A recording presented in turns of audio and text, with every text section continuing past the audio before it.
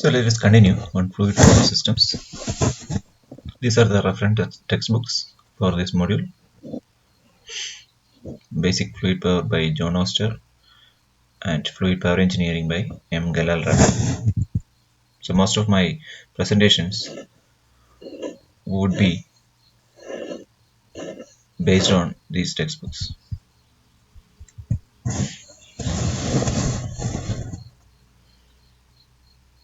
The Supreme Lord created the first and most wonderful hydraulic system.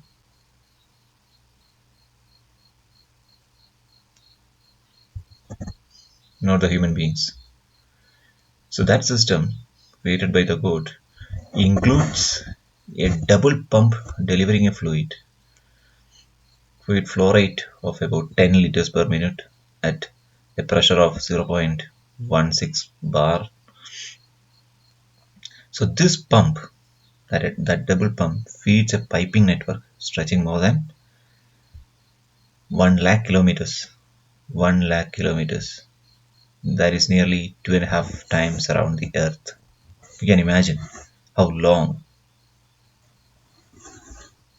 right? So it operates continuously. There is no stoppage. It operates for very long time, mostly maintenance free. Sometimes we may require a few maintenance. Can you guess what is it? Anybody? Any guess? It is not the piping network around the universe or sun. Can you guess what is it?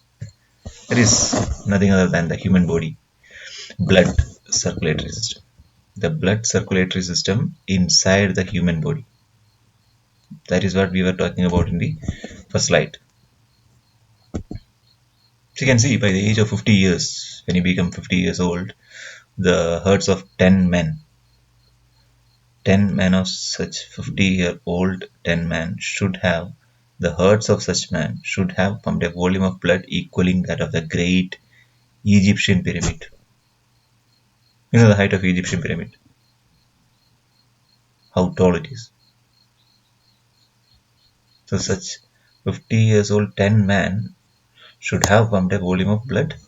So that much volume of blood pumped equaling that of the great Egyptian pyramid. So Egyptian pyramid's volume, you can see how much the surface area and the height. So that much volume of blood should have been pumped by 10 men of 50-year-old from childhood, from birth. So if you look back to the history of fluid power system, so hydraulic power systems were developed by human beings, started practically in 1647 when Pascal developed his law, published his studies on Pascal's law.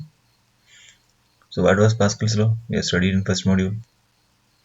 Pressure in a static fluid is transmitted in all the directions. Pressure in a static fluid is transmitted in all the directions. So that is what Blaise Pascal published in the year of 1647. Later in 1738, Bernoulli, you might have studied Bernoulli's equation in second module, right? Bernoulli's equation, energy conservation. He published his book named Hydrodynamica. That was the name of his book, which was containing his kinetic molecular theory of gases, the law of conservation of energy, that is nothing other than the Bernoulli's equation, and the principle of jet propulsion, this trajectory and all those things. So by the middle of 19th century, again 100 years after that, many cities in England had hydraulic distribution system. In England, UK, there were hydraulic distribution system powered by pumps. Obviously, those powers to make available this mechanical energy, it was run by steam engines. On those days, IC engines were not so much popular. So those pumps were run by steam engines, and in turn the pumps maintain the hydraulic distribution system in many of the cities in England in the half of 19th century. Now, before the adoption of electricity as an energy source, as what we are doing today, hydraulic power was a suitable competitor, especially in UK.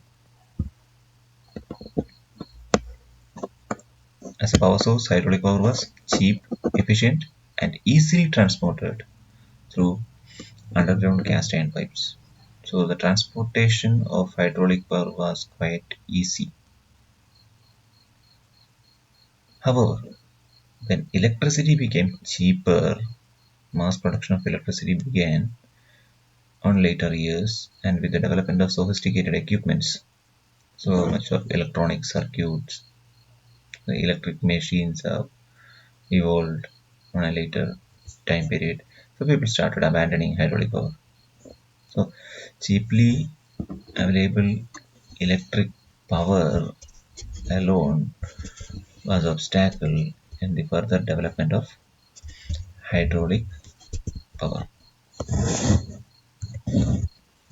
But in 1995, Harry Vickers, another scientist, developed the balanced vane pump. We will see what vane pump is in the coming classes. It's a rotary pump having blade kind of things which is moving in and out of a rotor. So he developed a balanced vane pump through which practical application of high pressure fluid power systems began. So in 1925 only, the practical application of high pressure fluid power system. So pressurized fluid flow and powering the systems using that with the help of vane pump began in 1925. So today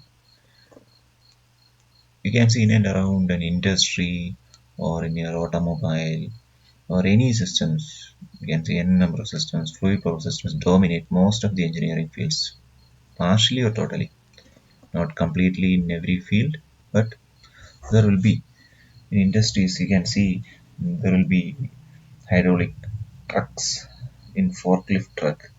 Most of the things are hydraulic systems. If you take your earth movers, JCB kind of things, there are lot of hydraulic systems powering the movement of its bucket or that earth moving machinery in trucks. Then in your automobiles there are a lot of hydraulic system, brakes, steering, then pumps. There's a lot of hydraulic systems you can see in and around the industry or commercial use or even the day-to-day use also.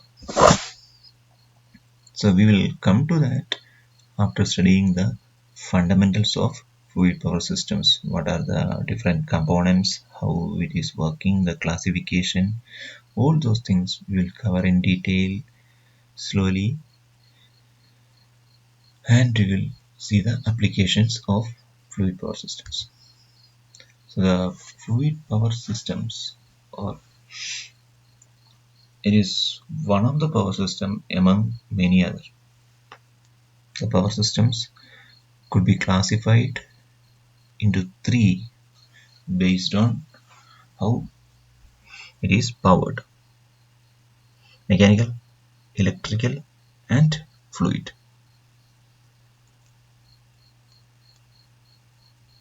Fluid power systems classified into two: pneumatic and hydraulic. And in hydraulic system itself, we have two categories: hydrodynamic or hydrokinetic and hydrostatic. You know what is hydrostatics? It is the study of fluid at rest. When it is moving, it is hydrodynamic, right? Pneumatic systems we'll be discussing in the module 4.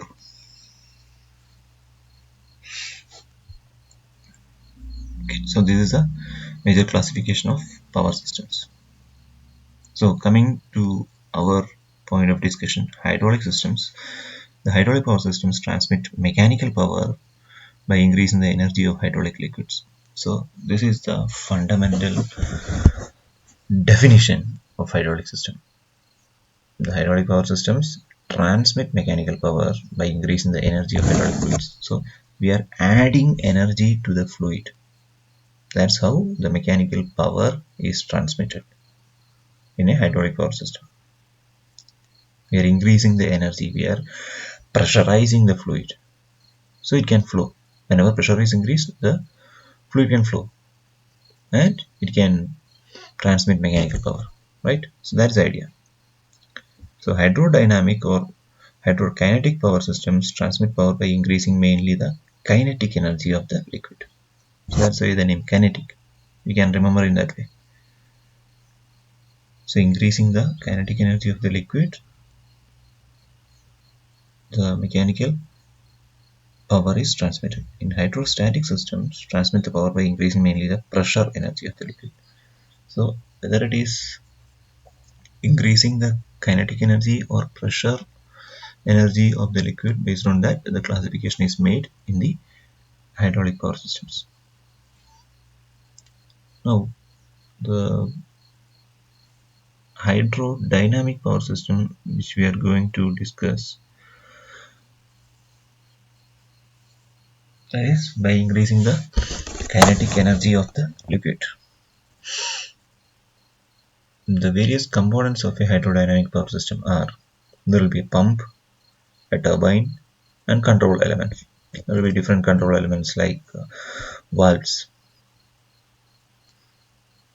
So the applications are limited to rotary motion. In hydrodynamic power system, the applications are limited to rotary motion alone.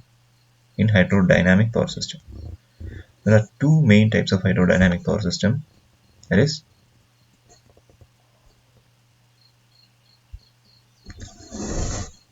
hydraulic coupling and torque converter. You might have heard about these terms: torque converters, hydraulic coupling.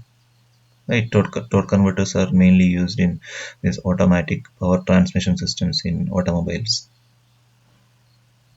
especially in two-wheelers. Most of the automatic clutchless two-wheelers are employing torque converters.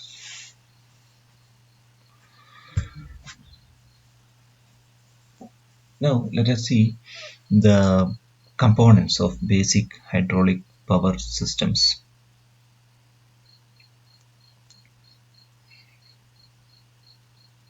So there will be a pump. Okay, there is a hydraulic pump, then a number of valves, safety valves generally called, then directional control valve, throttle check valve, and finally there will be a hydraulic cylinder.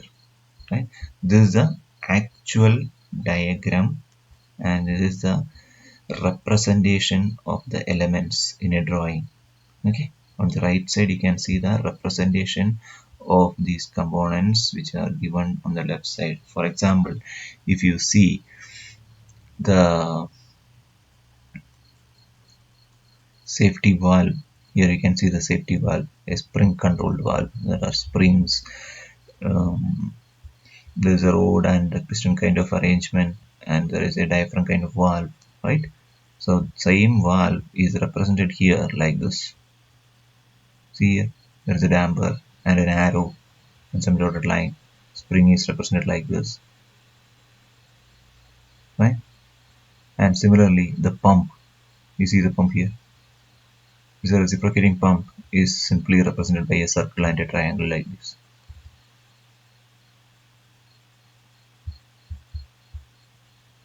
Sorry, this is a pump, this is a pump, rotary pump.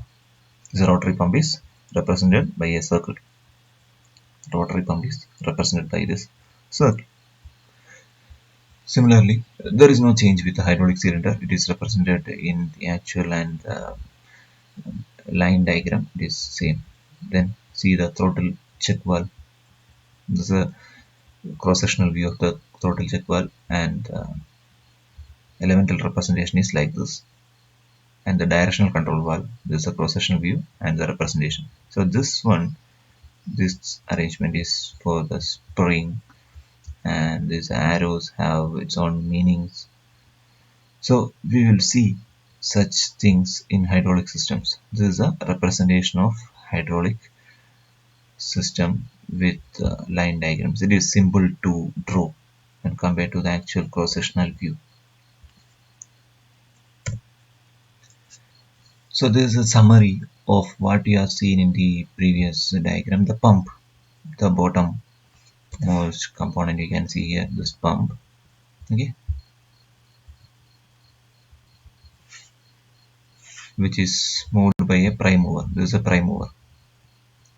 Prime mover will be giving energy to the pump. Electrical energy will be converted to mechanical energy by this prime mover, and this pump will be converting that mechanical energy to hydraulic energy, right? So this is a representation of a prime mover. Fine. So here you can see the lines, two lines are coming from the prime mover electric motor. Usually the pumps are always coupled with a motor, electric motor. So the pump converts mechanical power to required hydraulic power. Then the hydraulic power is controlled by valves, as you have seen in the previous slide. There are pressure control valves, direction control valves, flow control or throttle check valves. Then the hydraulic cylinder on the top converts hydraulic power to the required mechanical power. Again, back to mechanical power. So you can convert that to either rectilinear or rotary. So these are some of the advantages of hydraulic systems. The power to weight ratio is very high. For a given weight, the power that could be transmitted is very high compared to the similar systems, mechanical or electric. Self lubricated, because hydraulic systems, right? So all the parts are self lubricated. High force to mass and torque to inertia ratios. There is no saturation. In electric components, there are magnetic saturations, right? So there are limits in electric machines. So here there is no such saturation limits. Then energy storage is possible in hydraulic accumulators. Using hydraulic accumulators, energy could be stored. Then both linear and rotary motions are possible, as we have seen. Then complete safety regarding explosion hazards. Nothing is going to happen. There is no electric kind of explosion. Nothing is going to happen. Then there are protections against overloading. Then high stiffness of hydraulic cylinders. Hydraulic cylinders are very stiff in nature. There are a few disadvantages also, like every systems. So we need hydraulic generators to provide required hydraulic power. So since these are mainly liquids, the clearances in the moving parts should be as small as possible. So the accuracy of components is very high, of high production cost. Limitation of maximum and minimum operating temperatures is very important factor to be considered, because the fluid properties would be changed if the temperature is increased or decreased. Then oil filtration problems. When we are transmitting mineral oils or using mineral oils as working fluid, so fire hazard, right? Then high inertia of transmission lines, which obviously increases the response time. So these are some of the disadvantages of hydraulic systems. I think we can stop for today's session. We will continue the discussion. I hope it is clear. So today,